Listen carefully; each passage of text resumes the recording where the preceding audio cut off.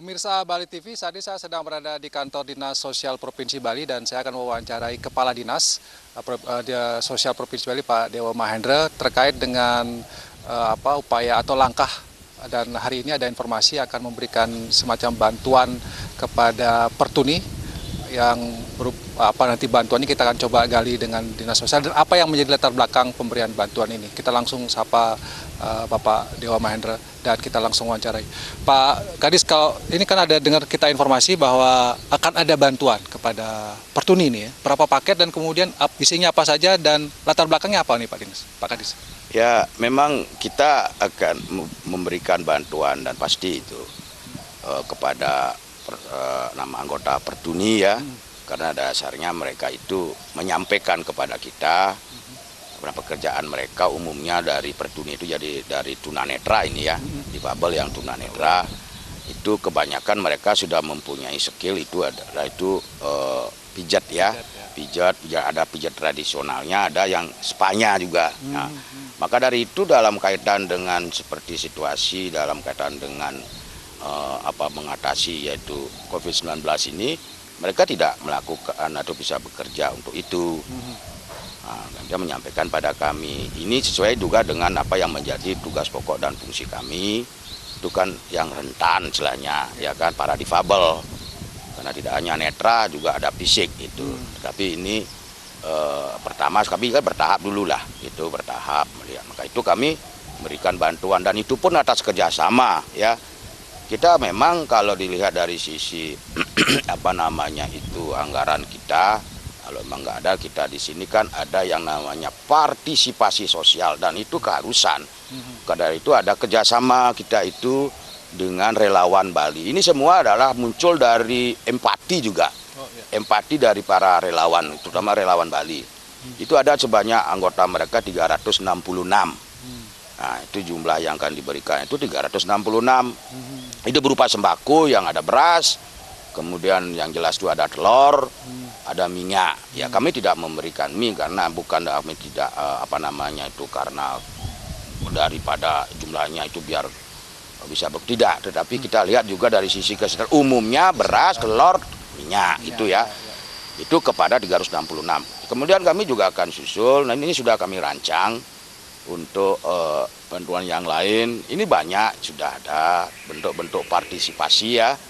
Nah, ini sedang kami bikinkan yaitu skemanya bantuannya ini. Terlepas juga daripada apa yang menjadi arahan pemerintah pusat, sudah jelas dan pasti ya kan, pemerintah pusat melalui Bapak Presiden dalam sisi sosial sepertinya ini pelindungan sosialnya itu, dan kita memang dalam kaitan dengan pelindungan sosialnya ini sampai dengan hari ini kami tadi diskusi akan ada penambahan menyangkut tentang BPNT ya, sudah akan ada penambahan menyangkut juga tentang program keluarga harapannya. Nah, ini kan masih on proses terkait dengan penambahan ini ya. Jadi biar tidak salah, ini tidak ada double data nanti itu. Dan sebenarnya sudah berlangsung sih dari tahun ke tahun ya, sudah berlangsung ada peningkatan ini. Nah, di samping itu juga kami sudah mengimbau kepada Dinas Sosial kabupaten kota yang lainnya itu juga untuk membantu, dan tadi sudah kami juga bersurat untuk menegaskan lagi kan dalam kaitan dengan bagaimana upaya-upaya yang harus dilakukan terlepas dari sisi penanganan kesehatannya ya kan, melalui gerakan membantunya ini kita juga punya pasukan di sana ya, namanya Taruna Siaga Bencana ya kan, dari sisi bencana alamnya, dari sisi ini bencana sosialnya juga ada pelopor, dan semua potensi sumber kesejahteraan sosial ini bergerak. Tidak hanya baru gitu mereka itu langsung di garda paling terdepan, tidak. Minimal itu adalah mengedukasi di mana keberadaan daripada potensi sumber kesejahteraan sosial kita ini, yang ada itu seperti TKSK, ada Karang Taruna, kemudian ada yang namanya juga itu PSM, kemudian ada juga yang namanya itu juga Tagana, gitu, sampai dengan para pendamping, banyak pendamping kita, pendamping PKH, ya kan, ribuan, itu artinya kita sudah melakukan upaya itu. Memang sekarang kan dari sisi fisik ini kebanyakan ya kan yang harus disampaikan. Dan ini harus dimaklumi dan dipahami juga. Jadi khusus dalam kaitan dengan kita ini, kita memang sudah mengharuskan apa yang menjadi arahan pemerintah pusat juga sudah. Kemudian dari sisi Disnaker juga ada melakukan ya pekerja. Baik. Itu. Ya. Artinya Dinas Sosial Provinsi Bali sudah menyiapkan semacam langkah-langkah antisipasi kalau misalnya dampak ekonomi dari COVID-19 ini memukul ekonomi rakyat, kemudian kebutuhan pokok juga. Ini Dinas Sosial sudah memperhitungkan akan semacam menyiapkan bantuan-bantuan itu, Pak Kadis ya? Ya, sudah. Jadi kita sudah bikin yang namanya skema atau opsi-opsi itu, ya kan? Di samping dari sisi anggaran pemerintah pusat, ya kan?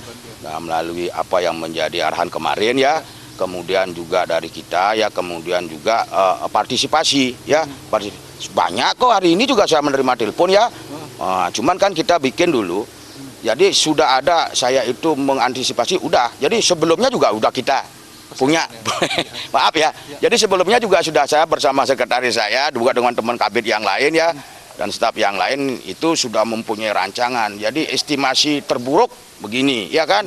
Estimasi sedang begini ya kan. Nah, sudah. Ini urusannya nantinya estimasi terburuk ya urusan perut nih, ya kan? Ya, urusan perut nih. Nah, itulah makanya berbagai sektor juga bergerak, baik dari pemerintah pusat, daerah ya kan, provinsi, kabupaten, dan kemudian